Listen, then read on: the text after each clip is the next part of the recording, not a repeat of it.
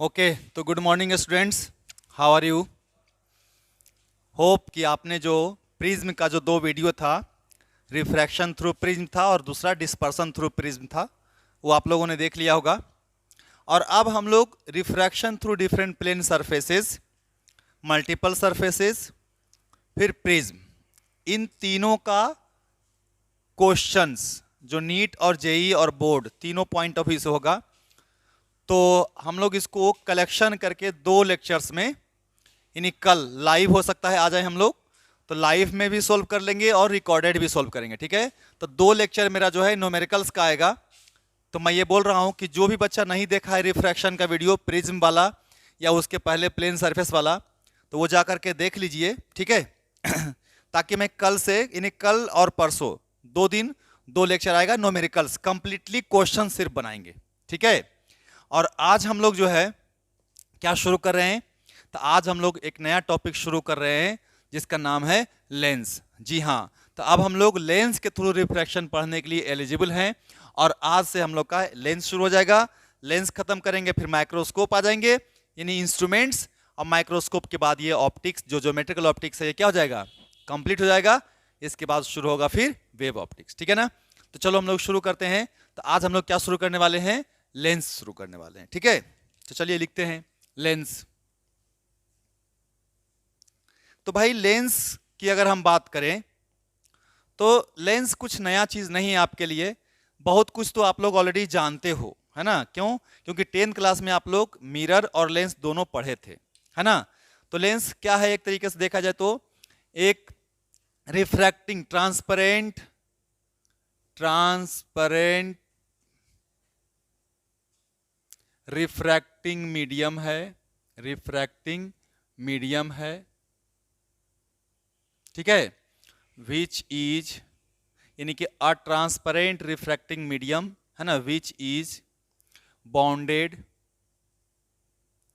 Bye two refracting surfaces, two refracting surfaces.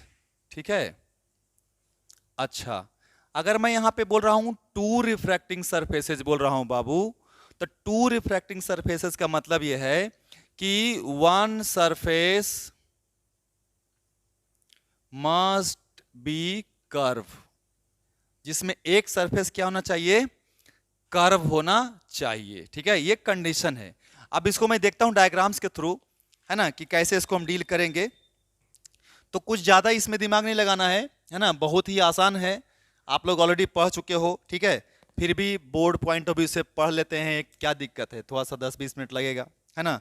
वैसे भी आज इंट्रोडक्शन है, लाइट लाइट चीज़ पढ़ेंगे, थोड़ा सा एक फॉर्मूला डिराइव करेंगे जो इंपॉर्टेंट है, बोर्ड में डिराइव करने के लिए आता है, लेकिन वो भी उतना ज़्यादा नहीं आता है, उसका फ्रीक्वेंसी कम है। तो लेंस मेकर फॉर्मूला में वो काम आएगा, इसलिए उसको हम लोग आज पढ़ेंगे डेरिवेशन में, लेकिन ये बेसिक्स पढ़ लेते हैं। तो लेंस तुम लोग कितने तरह से जानते हो, 2 तरह से जानते हो, 2 टाइप्स जानते हो कि नहीं जानते हो, बताओ कौन कौन सा। एक का नाम है कॉन्वेक्स लेंस, जिसका एक और नाम है कॉन्वेक्स का क्या, कन्वर्जिंग लेंस, कन्वर्जिंग लेंस, यानी कि रे जो है क्या है, कन्वर्ज करना चाहेगा। और दूसरा कौन सा लेंस है, तो दूसरा लेंस है कॉनकेव लेंस, कॉनकेव लेंस। ये कैसा जो होता है भाई, ये डाइवर्जिंग होता है, डाइवर्जिंग लेंस भी इसको बोलते हैं, है ना। तो कन्वर्जिंग लेंस यानी कि कॉन्वेक्स लेंस हो गया, डाइवर्जिंग लेंस यानी कि कॉनकेव लेंस हो गया। अब देखो यही तुम्हारा लेंस है, यही लेंस है ना, और ये वाला ये तुम्हारा लेंस है, लेकिन ये जो है ना, यही ये जो बना हुआ है ना सॉलिड, ये तो यही हमारा ट्रांसपेरेंट मीडियम है, ट्रांसपेरेंट मीडियम है। ठीक है, और ये जो सरफेस देख रहे हो ये है ना, यही रिफ्रैक्टिंग सरफेस है, रिफ्रैक्टिंग सरफेस, और ये भी रिफ्रैक्टिंग सरफेस है।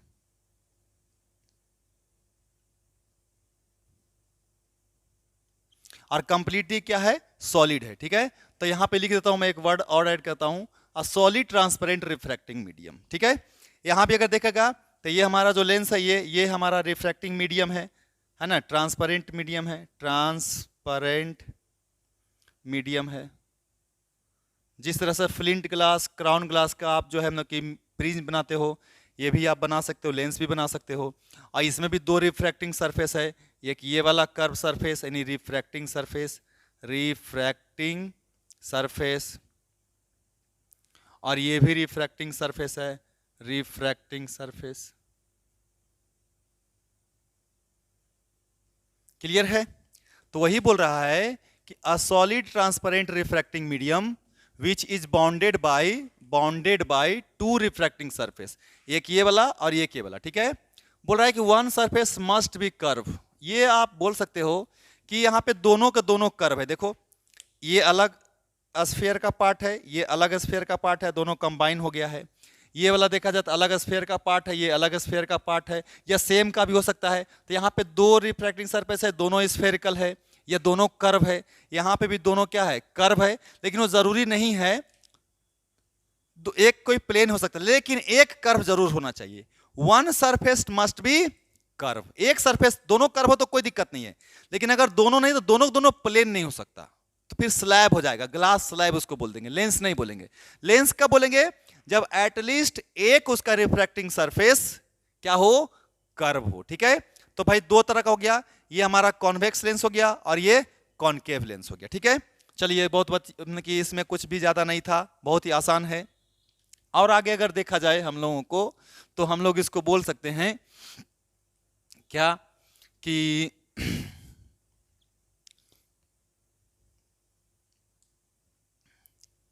देखो टाइप्स किसका, कॉन्वेक्स का टाइप और कॉनकेव का भी टाइप होता है। तो इसका टाइप देख लो, किसका है, कॉन्वेक्स का टाइप है ना, टाइप है किसका, कॉन्वेक्स का। और इधर क्या बताएंगे हम लोग, इसका ये टाइप किसका बताएंगे, टाइप ऑफ कॉनकेव। क्या भाई, लेंस, क्या भाई, लेंस, है ना। तो क्या क्या हो सकता है बच्चा, तो देख इसको बोलते हैं, है ना, यहां देखो दोनों के दोनों क्या है, कर्व है, ठीक है। तो इसको बाय कॉन्वेक्स लेंस बोलते हैं, है ना, या सिंपल भी कन्वेक्स लेंस बोलते हैं, या सिंपल कन्वेक्स लेंस। क्यों, क्योंकि दोनों के दोनों सरफेस कॉन्वेक्स है, तो इसलिए बाय कन्वेक्स लेंस इसको बोलेंगे, है ना। एक होता है ऐसा, एक सरफेस फ्लैट कर दो और दूसरा सरफेस कर्व कर दो। इसको देखो, ये पहला वाला सरफेस क्या है, प्लेन है ना, और ये कॉन्वेक्स है, तो क्या हो जाएगा, प्लेनो कॉन्वेक्स लेंस।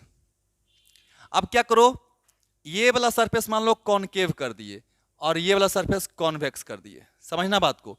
ये क्या है, कॉनकेव है, और ये क्या है, कॉन्वेक्स है, तो क्या हो जाएगा, कॉनकेवो कॉन्वेक्स लेंस।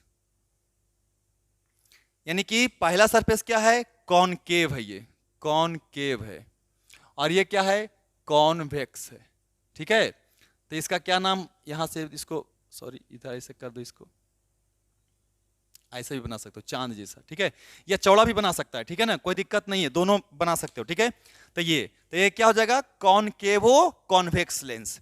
उसी तरीके से आप कॉनकेव का भी आप पार्टिसिपेट कर सकते हैं, ठीक है, जैसे ये वाला, है ना, क्या बोलेंगे इसको, by concave lens, concave lens. क्यों, क्योंकि दोनों के दोनों सरफेस क्या है, कॉनकेव है ना, और दो है तो इससे दो के लिए बाय। उस तरह से एक प्लेन बना दो और दूसरा कॉनकेव बना दो, तो ये देखो प्लेन हो गया, तब प्लेनो कॉनकेव लेंस, ठीक है। और उस तरह से पहला वाला क्या है, ये कॉन्वेक्स है, और देखो अब चौड़ा इसको बना देते हैं, ये पतला है, ये चौड़ा थोड़ा सा बना देता है ना, ये वाला। तो ये क्या है, कॉन्वेक्स है, और ये क्या है, कॉनकेव है। तो क्या हो जाएगा, पहले जो प्राइमरी मिलेगा ना उसी का नाम रखेंगे, है ना, तो कॉन्वेक्सो कॉनकेव लेंस हो जाएगा, कॉन्वेक्सो कॉनकेव लेंस। यानी पहले जो सरफेस मिल रहा है वो पहले लिखाएगा, ठीक है। तो अगर बात किया जाए तो कॉन्वेक्स लेंस भी तीन तरह से डिफाइन कर सकते हैं, biconvex lens, plano convex lens और कॉनकेवो कॉन्वेक्स लेंस। उसी तरह से कॉनकेव लेंस को भी तीन तरह से डिवाइड कर सकते हो, bye concave lens, plano concave lens और कॉन्वेक्सो कॉनकेव लेंस। ठीक है, कोई दिक्कत नहीं। अब क्या इतना ही जरूरी है लेंस में कि इसके बाद भी और ज्यादा जरूरी है? हाँ, और ज्यादा जरूरी है। तो हम लोग अभी सब के सब दो तरीके का लेंस हो सकता है, थिक और थीन। तो हम लोग क्या पढ़ने वाले हैं? थीन लेंस। हमारे सिलेबस में जो है थीन लेंस के बारे में, थिक लेंस के बारे में नहीं है। ठीक है ना? तो चलो उसके बारे में अभी हम जानकारी लेंगे और आगे और डिटेल्स में अच्छे से समझ में आएगा कि थिक कहने का क्या मतलब मेरा कंटेक्स्ट है, क्या संदर्भ है, और थीन कहने का क्या संदर्भ है, वो हम लोग बाद में देखेंगे। लेकिन अभी फिलहाल इसको और हम आगे देखते हैं। इसमें और कुछ टर्म्स यानी जो लेंस के लिए बहुत ही इंपॉर्टेंट है और जिसको मुझे पढ़ना चाहिए। ठीक है, तो चलो देखते हैं।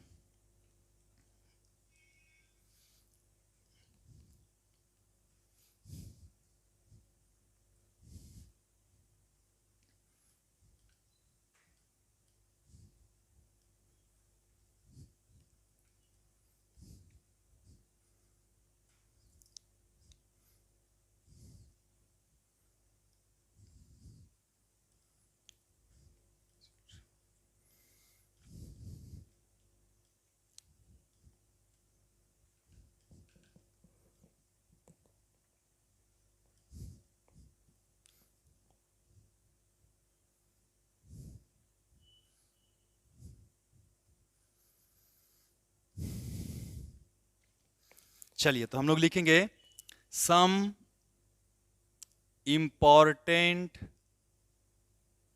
टर्म्स, है ना, रिलेटेड टू लेंस। लेंस में कुछ इंपॉर्टेंट टर्म्स है जो हमें जानना चाहिए, है ना। चलो देखते हैं वन बाय वन। तो मान लेते हैं बाबू कि इधर जो है हम लोग एक बना देते हैं कॉन्वेक्स लेंस, दोनों में अच्छे से पढ़ेंगे। और इधर बना देते हैं कॉनकेव लेंस। ठीक है, तो अब यहां पे देखो कौन कौन सा टर्म्स जानना है तुमको। तो टर्म्स जानना है सबसे पहला, है ना, कि centre of curvature. Centre of curvature,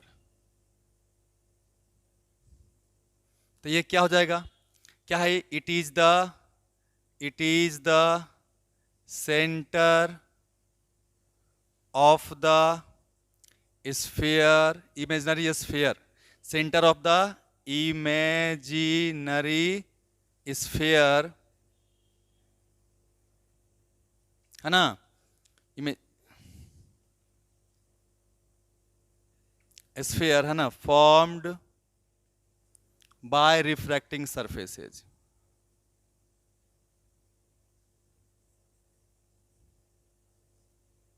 refracting surfaces, देखो एक्चुअली में क्या है ना कि ये जो लेंस है ये दो पार्ट से मिल करके बना हुआ। अगर इसको बीच से मैं ऐसे कट कर दूं तो ये अलग स्फीयर का पार्ट है, यानी ये वाला जो है अलग स्फीयर का पार्ट है, और ये जो है हमारा ये अलग स्फीयर का पार्ट है। ठीक है, और दोनों चिपक करके ऐसे बना हुआ है। तो देख इसका रेडियस अलग होगा, यानी इसका सेंटर इधर की तरफ होगा। तो अगर मैं यहां से एक एक्सिस पास कराऊं तो ये इसका अलग सेंटर होगा, इसे स्फीयर होगा ये पार्ट्स, और ये वाला पार्ट्स अलग है, यहाँ पे स्फीयर होगा। ऐसा अगर देखा जाए तो होगा कि नहीं होगा? तो इसका सेंटर किधर लाई करेगा? इधर कहीं लाई करेगा, C1, है ना, इसका सॉरी C2, इसका सेंटर इधर लाई करेगा, किधर? इधर की तरफ। तो अगर इसको मैं C1 ले लूँ और इसको क्या ले लूँ? C2, तो ये जो रेडियस है ये रेडियस जो है ये R1 होगा, और ये जो रेडियस है इस यहाँ से जो इसका रेडियस अगर लेगा, यहाँ से अगर इस कर्व सरफेस का अगर यहाँ से रेडियस लेता है तो ये कितना होना चाहिए? R2 होना चाहिए। कोई दिक्कत नहीं ना? यानी कि इधर वाला जो स्फेरिकल पार्ट्स है इसका सेंटर इधर की तरफ लाई कर रहा होगा, और इधर वाला जो स्फेरिकल पार्ट्स है इसका सेंटर इधर की तरफ लाई कर रहा होगा, और दोनों का खुद का अपना एक रेडियस होगा। तो उसको क्या बोलेंगे हम लोग? रेडियस ऑफ कर्वेचर बोलेंगे। ठीक है, लेकिन अभी हम लोग क्या पढ़ रहे हैं? Centre of curvature. तो C1 C2 हो जाएगा भाई। तो एक लेंस में कितना सेंटर ऑफ कर्वेचर होता है? 2, है ना। तो यानी कि a lens has 2 centre of curvature.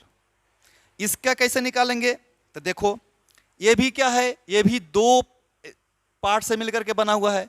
तो देखा जाए अगर इसको खींचा जाए तो इसका रेडियस इधर होगा, यानी इसका सेंटर इधर होगा, और इस वाले का सेंटर किधर होगा, इधर होगा, C2। तो ये वाला रेडियस है कितना भाई, R1 है, और ये वाला रेडियस कितना है बाबू, तो R2 है ना। तो एक यहाँ पे सेंटर ऑफ कर्वेचर मतलब क्या कि जिस स्फेयर के पार्ट से मिल करके लेंस बना हुआ है, उसी स्फेयर को अगर इमेजिन हम करें तो उसका जो सेंटर होगा वही कहलाएगा centre of curvature of lens. Clear है? अच्छा, ये तो ठीक है। अब दूसरा पॉइंट इसमें क्या हम लोग को इंपॉर्टेंट है, दूसरा पॉइंट है रेडियस ऑफ कर्वेचर। तो उसको भी लिखते हैं यहां पे लिखेंगे रेडियस ऑफ कर्वेचर। तो ये क्या है बाबू, बताओ मेरे को, कि it is the distance of spherical refracting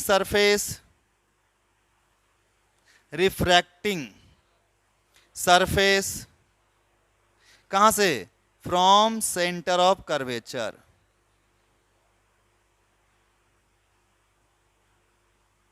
मतलब क्या कि ये जो मेरा रिफ्रैक्टिंग सरफेस है, रिफ्रैक्टिंग सरफेस जो है, इस वाला रिफ्रैक्टिंग सरफेस का सेंटर कहां पे है, यहां पे है। तो इस सेंटर से इस रिफ्रैक्टिंग सरफेस का जो डिस्टेंस है, चाहे यहां पे ले लो, चाहे यहां पे ले लो, चाहे यहां पे ले लो, कोई भी डिस्टेंस, ये सब R1 के बराबर होगा। उसी तरीके से अगर ये जो हमारा रिफ्रैक्टिंग सरफेस है, ये वाला जो रिफ्रैक्टिंग सरफेस है इधर वाला, इसका सेंटर किधर लाई कर रहा है, इधर कर रहा है, तो इसके सेंटर से इस रिफ्रैक्टिंग सरफेस तक की दूरी को क्या बोलेंगे, R2 बोलेंगे। तो रेडियस ऑफ कर्वेचर क्या होता है, किसी भी रिफ्रैक्टिंग सरफेस का डिस्टेंस है कहां से, उसके सेंटर से। तो अगर उसी सरफेस जो जिस स्फेरिकल पार्ट से बना हुआ है रिफ्रैक्टिंग सरफेस, उसी का जो रेडियस है उसी को बोलते हैं रेडियस ऑफ कर्वेचर। यहां पे अगर देखा जाए तो इधर वाला का इधर कहीं सेंटर स्फेयर होगा, ये सेंटर है, तो यहां से ये रिफ्रैक्टिंग सरफेस है, इस सेंटर से जो डिस्टेंस ली इस रिफ्रैक्टिंग सरफेस का, ये इसका रेडियस ऑफ कर्वेचर इस सरफेस के लिए कहलाया। इधर वाले सरफेस का लेंगे तो इधर वाले सरफेस का इधर कहीं सेंटर होगा, क्योंकि ये अलग स्फीयर का पार्ट है, ये सेंटर है। तो इस वाले सरफेस का जो रिफ्रैक्टिंग सरफेस ये है, इसका सेंटर यहाँ पे है, तो इस सरफेस का रेडियस क्या होगा, R2 होगा। तो मतलब क्या समझा कि किसी लेंस में दोनों रिफ्रैक्टिंग सरफेस का अलग अलग रेडियस हो सकता है। 10th में ऐसा नहीं पढ़ना था, लेकिन यहां पे आपको अलग अलग रेडियस दोनों सरफेस का दे सकता है, यहां भी दोनों सरफेस का अलग अलग रेडियस दे सकता है। समझ में आ रहा है बात को? या फिर सेम भी दे सकता है। तो सेम देगा तो R1 R2 बराबर होगा, और अलग अलग देगा तो R1 और R2 अलग अलग लिया जाएगा। क्लियर है? तो हम लोगों ने क्या देखा, सेंटर ऑफ कर्वेचर को देख लिया, और क्या देखा, तो रेडियस ऑफ कर्वेचर को भी देख लिया। क्लियर है? और अब आगे चलते हैं। रेडियस ऑफ कर्वेचर के बाद एक टर्म होता है ऑप्टिकल सेंटर। ऑप्टिकल सेंटर जिसको O से बोलते हैं, ठीक है। तो it is the point in the middle of lens through which light ray passes without any refraction।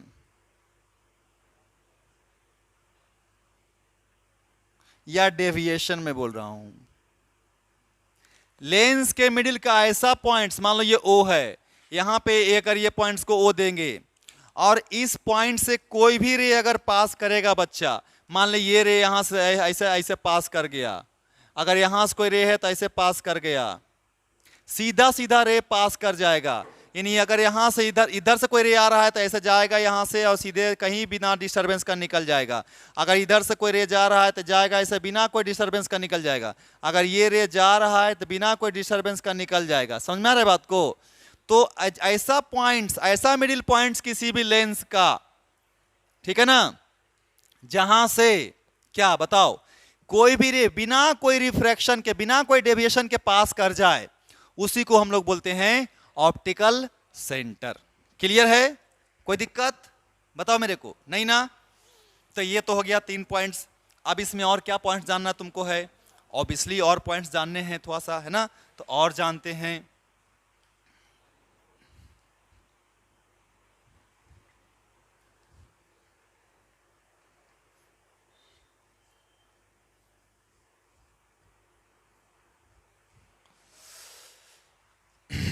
और जान लीजिए, एक और होता है जिसका नाम है अपर्चर, जिसको ए से डिनोट करते होते। ये क्या है? It is the average diameter of lens. जो लेंस है बाबू, ये जो मान लेंस है, ये जो है ना, ये मिलाएगा सीधे सीधे इसको। ये जो लेंस, ये जो है ना, यही अपर्चर होगा। अगर इस लेंस को देखा जाए तो यहां से यहां तक मिडिल में इसे मिला दो, और यही एवरेज इसका डायमीटर हो गया, ठीक है? तो यही हमारा अपर्चर हो गया। कब?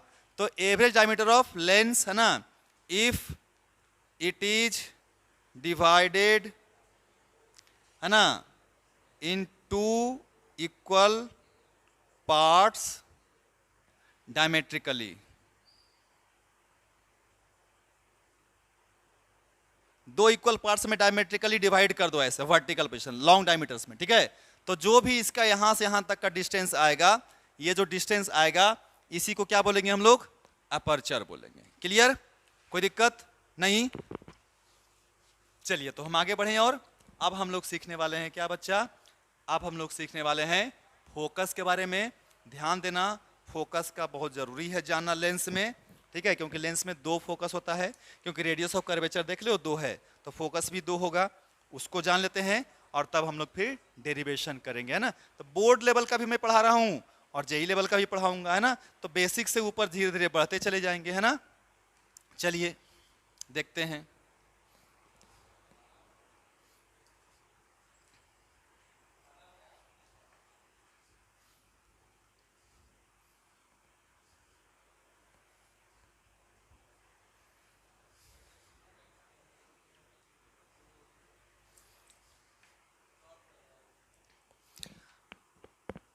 आप लोगों को क्या है ना कि आप लोग पूरा वीडियो जो है ना कंटिन्यू रहो, पीछे मत हो जाओ। देख रहे हैं अभी बहुत लोग पीछे का ही वीडियो देख रहा है, तो ऐसे काम नहीं चलेगा, ठीक है ना? आपको कंटिन्यूअसली जो है देखते रहना है, तभी जो है कुछ समझ में आएगा।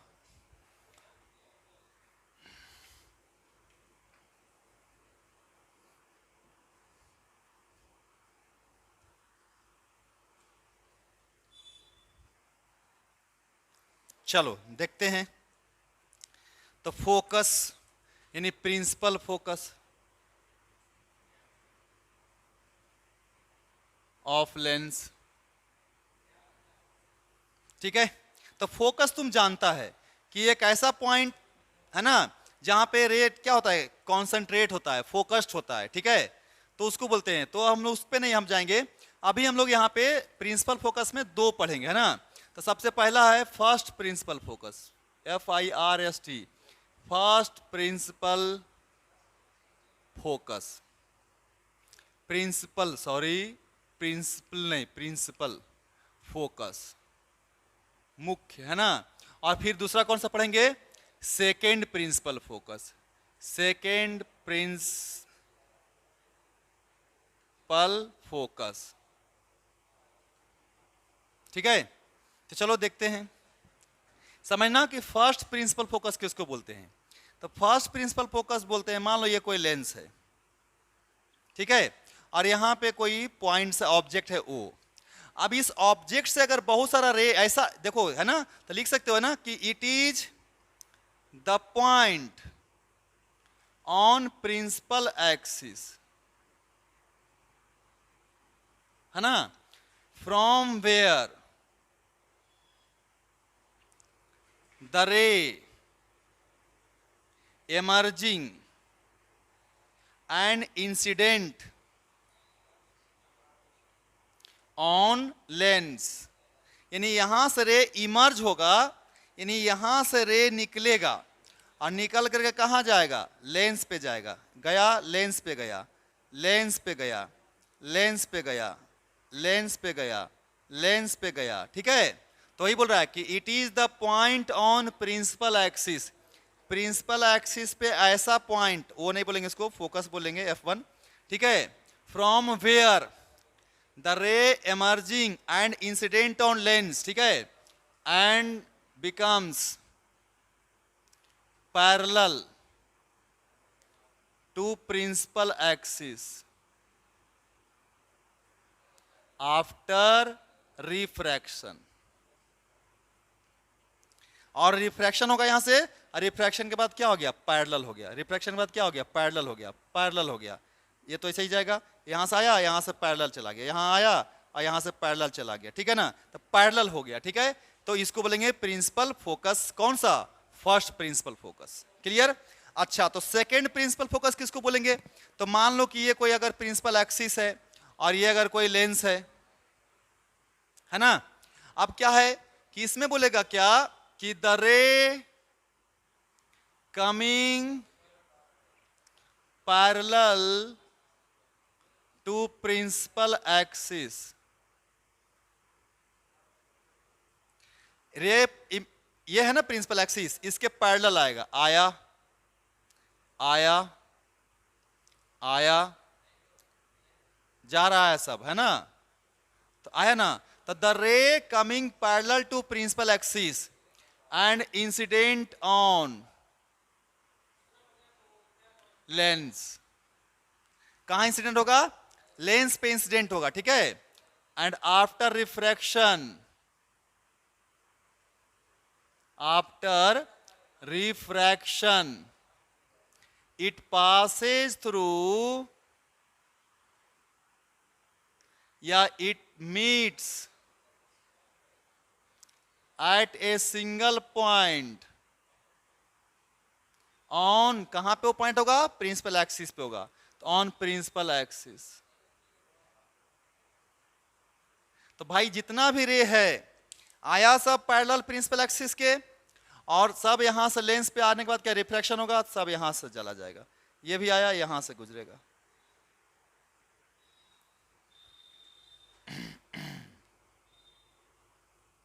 ये रे यहां से चला जाएगा, ये रे आएगा यहां से चला जाएगा, ये रे यहां से ऐसे आएगा घूमेगा रिफ्रैक्ट होगा यहां से चला जाएगा, यानी सब कहां से गुजर जाएगा, एक सिंगल पॉइंट से जो किस पे है, प्रिंसिपल एक्सिस पे है, किस पे है बाबू, प्रिंसिपल एक्सिस पे, ठीक है, तो इसी को क्या बोलेंगे हम लोग, इसी को बोलेंगे फोकस, क्या बोलेंगे, फोकस। तो आई भाई ये first principal focus capital F1, वो सेकंड प्रिंसिपल फोकस, इस पॉइंट को बोलेंगे ऑप्टिकल सेंटर, इसको भी बोलेंगे क्या चीज, ऑप्टिकल सेंटर, कोई दिक्कत नहीं है। तो यहां पे एक चीज और सीखना पड़ेगा, फोकल लेंथ, है ना, फोकल लेंथ, तो क्या है, it is the distance of, किसका डिस्टेंस, प्रिंसिपल फोकस का, प्रिंसिपल फोकस कहां से, फ्रॉम ऑप्टिकल सेंटर से, तो ऑप्टिकल सेंटर से जो प्रिंसिपल फोकस का जो दूरी होगा वही डिस्टेंस F1 कहलाएगा, यानी कि प्रिंसिपल फोकस कहलाएगा। ऑप्टिकल सेंटर से जो फोकस का दूरी होगा ये क्या कहलाएगा, F2 कहलाएगा। समझ में आ रहा है बात को कि नहीं। अब यहाँ पे एक बहुत इंपॉर्टेंट टर्म्स तुम लोग ध्यान देना, है ना, मैं 3 स्टार लगा दे रहा हूं कि अगर लेंस के दोनों साइड एक ही मटेरियल है, यानी कि if lens is surrounded by same material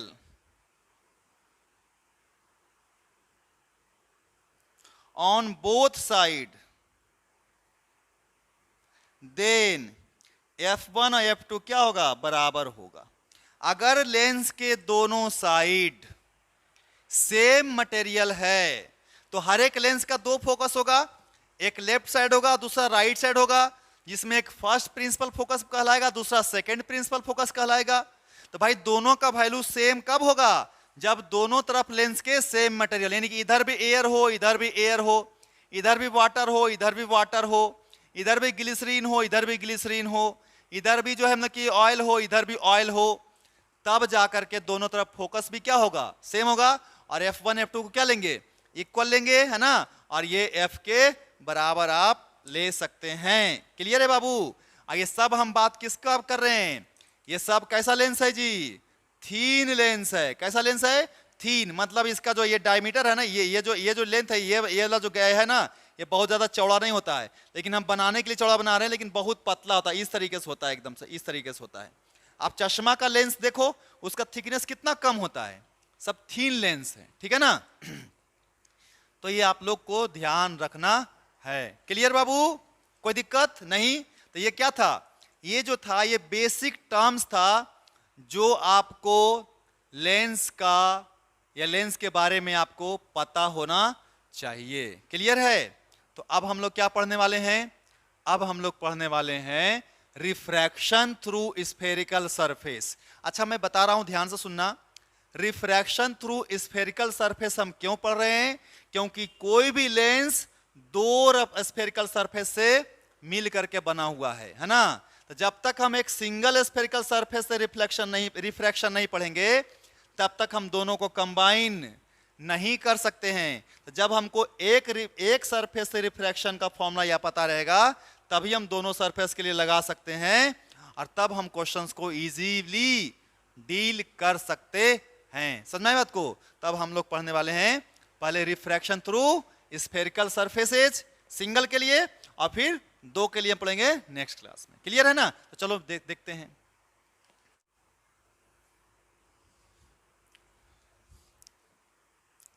चलो बच्चा लोग, है ना, तो पढ़ रहे हैं, क्या पढ़ रहे हैं हम लोग? रिफ्रैक्शन थ्रू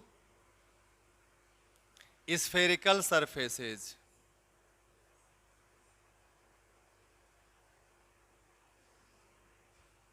ठीक है, बहुत ही आसान है, कुछ भी टेंशन मत लेना। ठीक है, आराम से एक फॉर्मूला बनेगा। इस फॉर्मूला को बोर्ड पॉइंट भी से इंपॉर्टेंट है, इसलिए क्या कीजिएगा, इसको थोड़ा सा आप डेरिवेशन भी याद करिएगा।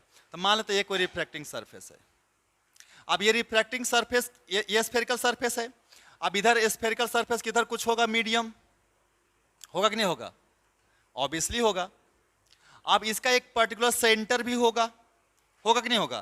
तो इसका भी सेंटर भी होगा इधर की तरफ, इसका रेडियस भी होगा। तो मान लेते हैं इधर क्या है, एयर, इधर मान लेते हैं मीडियम 1 है, इधर मीडियम 2 है। इसका रिफ्रैक्टिव इंडेक्स मान लो इस तरफ वाले का μ1 है, इधर वाले का क्या मान लें हम, μ2 है। अभी हमें पता नहीं है कि μ1 ज़्यादा है कि μ2 ज़्यादा है, लेकिन तुम कंसिडर कर सकते हो। ठीक है, तो इसका एक काम करो, इसका एक प्रिंसिपल एक्सिस ले लो। ले लिया प्रिंसिपल एक्सिस। अब जब ये प्रिंसिपल एक्सिस ले लिया, तो अब इसके बाद तुमको क्या करना है बाबू, जो ध्यान समझना। क्या इसका देखो ध्यान से, इसके लिए हम बता रहे हैं तुमको। इसका एक पर्टिकुलर सेंटर होगा O, इसको मान लो कुछ C, इसका सेंटर कुछ होगा ना C, इसी को O मान लेते हैं। यही इसका डिस्टेंस क्या हो जाएगा, ये रेडियस के बराबर होगा कि नहीं रेडियस के बराबर? चलिए बहुत अच्छी बात है। तो इसको प्रिंसिपल यहाँ P इसको मान लो। तो मान लेते हैं कि let us consider a point object O। एक पॉइंट ऑब्जेक्ट ले लो O, ले लिए O। अब क्या होगा, ये ऑब्जेक्ट है मेरा, तो यहां से रे निकलेगा, तो यहां से रे निकला, कहां गया, लेंस पे गया। बहुत अच्छी बात है भाई, लेंस पे गया, कोई दिक्कत नहीं है। अब यहां से क्या करिएगा आप लोग, तो यहां पे डालिएगा एक परपेंडिकुलर। तो कहां से मिलेगा, सेंटर से मिलाइएगा, तो ये सेंटर से मिला दीजिए,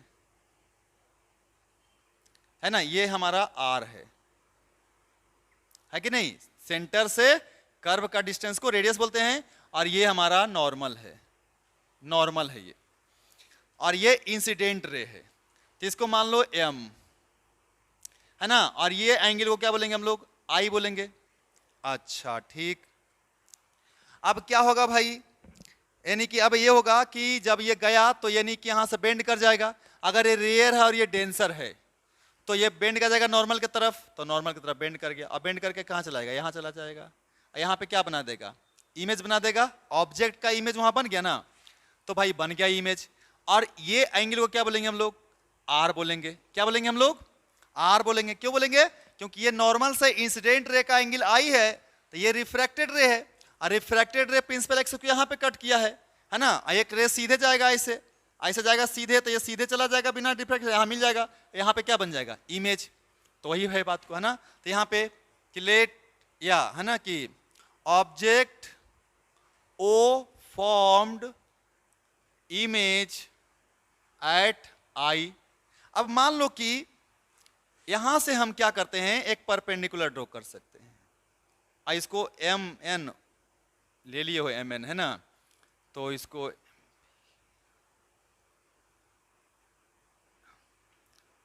एम एल ले लेते हैं, है ना। We draw perpendicular M L on principal axis. भाई प्रिंसिपल एक्सिस पे हम ड्रॉ कर दिए, और P और L बहुत नजदीक है, याद करिए एकदम सेम टू सेम के ना। यहां पे एज्यूम कर लीजिए आप कि P and L is very near, तो दोनों डिस्टेंस क्या रहेगा, नेग्लिजिबल रहेगा, है ना। क्यों, क्योंकि ये हमें यार इसलिए याद करना है क्योंकि कुछ चीज तो पीछे से रिपीट होता आ रहा है ना, तो जब रिपीट होता आ रहा है तो फिर नया चीज क्या बार बार बताते रहे उसको हम, है ना। चलो कोई दिक्कत नहीं है, अब कुछ नहीं करना, इसको कुछ मान लो, ये एंगल कुछ मान लेगा, तू क्या मान लेगा, इसको अल्फा मान ले, इसको क्या मान लेगा, बीटा मान ले, इसको क्या मान लेगा, गामा मान ले, कोई दिक्कत नहीं। चलो कोई दिक्कत नहीं, तो स्नेल्स लॉ ही तो लगाना है, और स्नेल्स लॉ लगाने के लिए हम लोग देखते हैं, लॉजिक लगाते हैं, कुछ नहीं है ना। ये जो है यहां से अगर ये डिस्टेंस मेजर करेंगे तो ये कौन सा डिस्टेंस होगा, u होगा। ये इमेज बना यहाँ पे, ये डिस्टेंस कौन सा होगा, यहाँ से अगर मेजर करेंगे पोल से, तो देखो यही ना है ऑप्टिकल सेंटर, तो यहाँ से मेजर करेंगे तो क्या हो जाएगा, ये v होगा, और सेंटर से क्या हो जाएगा, r हो जाएगा। यही तो क्वेश्चन है, चलो देखते हैं। तो देखेंगे क्या कि in triangle O M C, ध्यान रखिएगा ओ एम सी, तो क्या है कि ये और ये इंटीरियर एंगल है और ये एक्सटीरियर एंगल है ना। तो सम ऑफ इंटीरियर जो होगा इक्वल होगा एक्सटीरियर के,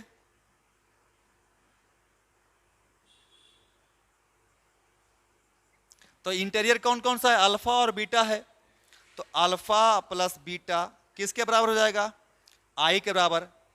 आई हमको चाहिए, क्यों, स्नेल्स लॉ के लिए μ1 sin i equal to μ2 sin r, तो आई और आर चाहिए, है ना। तो ये हमें चाहिए, तो इसको मान लेंगे कितना, 1। अच्छा, ऑल्सो इन ट्राइंगल, कौन सा ट्राइंगल है, एम सी आई, तो यहां भी यही लगाओगे, sum of interior, sum of interior angle किसके बराबर होगा, एक्सटीरियर एंगल के।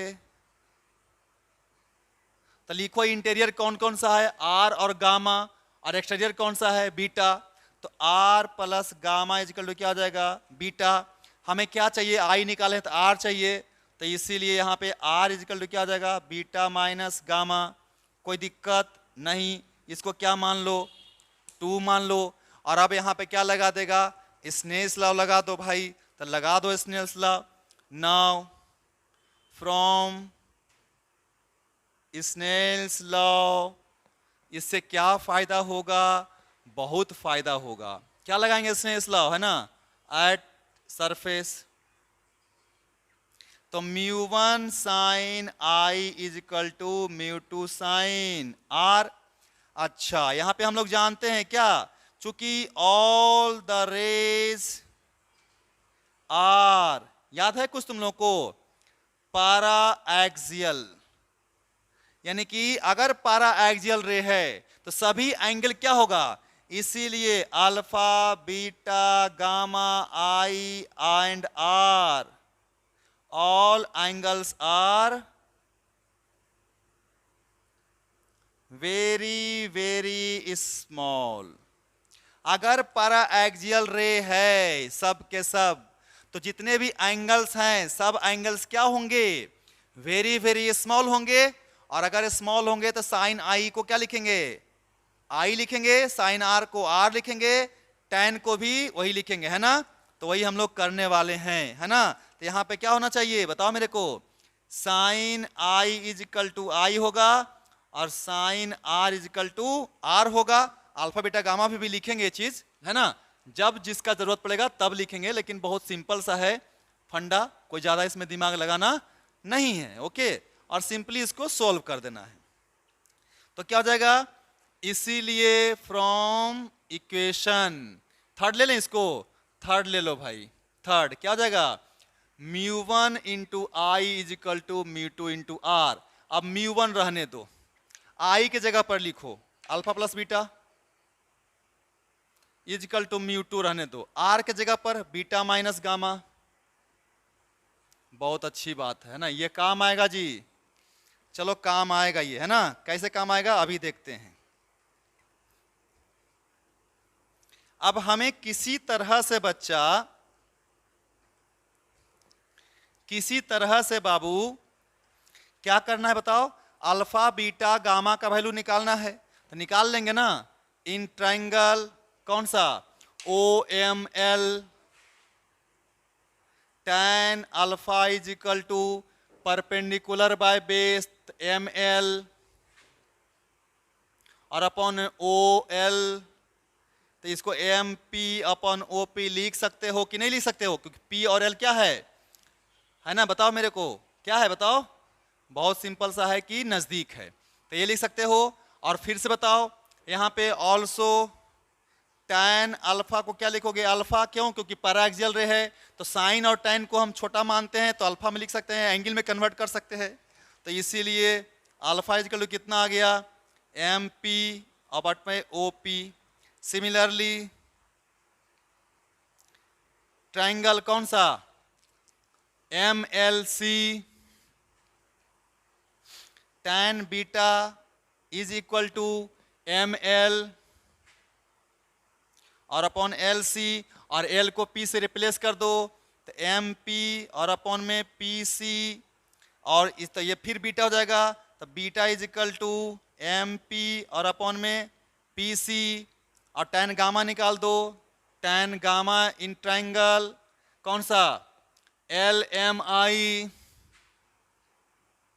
तो tan gamma is equal to, तो परपेंडिकुलर यानी एम एल बटे बेस यानी कि एल आई,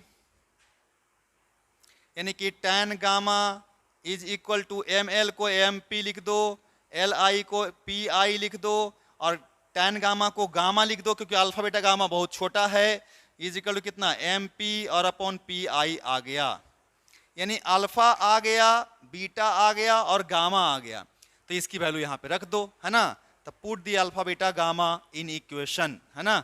इसको मिटाऊं, इसको मिटा देता हूं मैं, है ना, क्योंकि जगह बनाना चाहिए ना मुझे, तो जल्दी जल्दी करो, तो पुट कर दो। Now put the value of alpha beta and gamma in the equation, ये जो है तुम्हारा, तो रख दीजिए μ1 इंटू अल्फा है एम पी बटे ओ पी प्लस बीटा है एम पी बटे P C is equal to μ2 into beta है M P by P C minus gamma है M P by P I, रख दिए।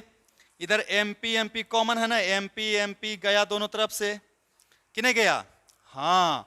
अब यहां ध्यान रखेंगे, फ्रॉम साइन कॉन्वेंशन, अच्छा देख, साइन कॉन्वेंशन जो मिरर में पढ़ाए थे लेंस में भी याद रखना, ठीक है। अगर इंसिडेंट रे के तरफ है कोई डिस्टेंस तो पॉजिटिव, और इंसिडेंट रे के डायरेक्शन के अगर उल्टा है तो निगेटिव।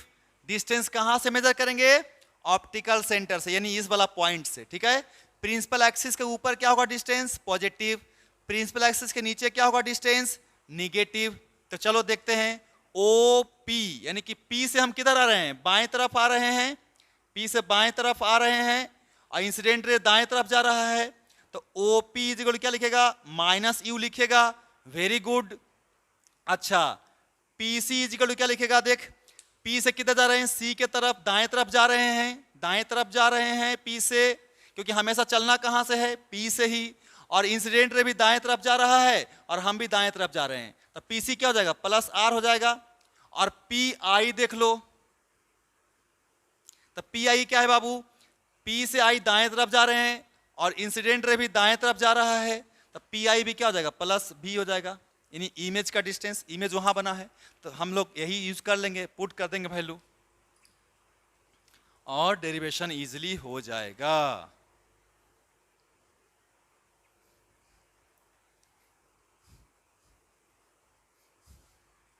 तो क्या हो जाएगा, है ना, तो put the values with proper sign convention, तो क्या हो जाएगा, μ1 इंटू 1 अपॉन माइनस यू, क्योंकि 1 है यहाँ पे ओपी की जगह पर माइनस यू है, plus 1 upon R is equal to μ2, 1 upon R minus 1 upon v. देख वहां पे आर वाला कॉमन है ना, तो यहाँ पे क्या लिखेगा, μ1, तो μ1 upon minus U plus μ1 upon R is equal to μ2 by R minus μ2 by v. इसको इधर लेके आओ, इसको इधर लेके जाओ, तो इसको इधर लेके आओ तो क्या हो जाएगा, इधर माइनस इधर प्लस हो जाएगा ना, तो μ2 बाय भी, आइए माइनस में रहेगा तो माइनस कितना, μ1 by U is equal to, इसको इधर लेके आओ तो μ2 बाय आर तो इधर है ही, और इधर प्लस में तो क्या हो जाएगा, माइनस में हो जाएगा μ1 बाय आर, ठीक है।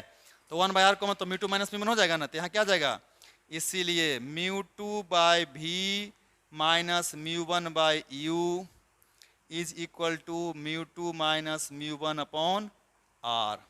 ये फॉर्मूला है बाबू रिफ्रैक्शन थ्रू स्फेरिकल सरफेसेस का। μ1 रिफ्रैक्टिव इंडेक्स किसका है, जिसमें ऑब्जेक्ट है, μ2 रिफ्रैक्टिव इंडेक्स किसका है, जिसमें इमेज है, और r क्या है, उस कर्व स्फेरिकल सरफेस जो है, कर्व सरफेस उसका रेडियस है, ठीक है। तो अगर किसी स्फेरिकल सरफेस के थ्रू अगर एक सिंगल सरफेस से रिफ्रैक्शन होता है तो दो तरफ इंटरफेस बनेगा, एक मीडियम 1 एक मीडियम 2, इसमें कोई भी रेयर हो सकता है, कोई भी डेंसर हो सकता है, इमेज आपका रियल हो सकता है, इमेज आपका इमेजनरी हो सकता है, वो अलग अलग केस है इसका, ठीक है। तो हम लोग उसको भी देखेंगे, समझ में आ रहा है बात को। लेकिन अभी फिलहाल ये डेरिवेशन आप याद रखिएगा, μ2 by v minus μ1 by U equal to μ2 minus μ1 बटे आर, है ना। यहीं से हम लोग जो है नेक्स्ट क्लास में अब क्या करेंगे, आगे बढ़ेंगे, है ना। अभी हम इसको यहीं बंद करते हैं। इस डेरिवेशन को याद कर लेना, बोर्ड के लिए जरूरी है। किसके लिए जरूरी है, बोर्ड के लिए जरूरी है। क्या चीज, डेरिवेशन। बाकी जेई के लिए क्या जरूरी है, फॉर्मूला, है ना। ये किसके लिए, जेई या नीट के लिए फॉर्मूला, और डेरिवेशन किसके लिए, बोर्ड के लिए, ठीक है बच्चे। चलो हम लोग मिलेंगे अब नेक्स्ट क्लास में। Okay, thank you very much.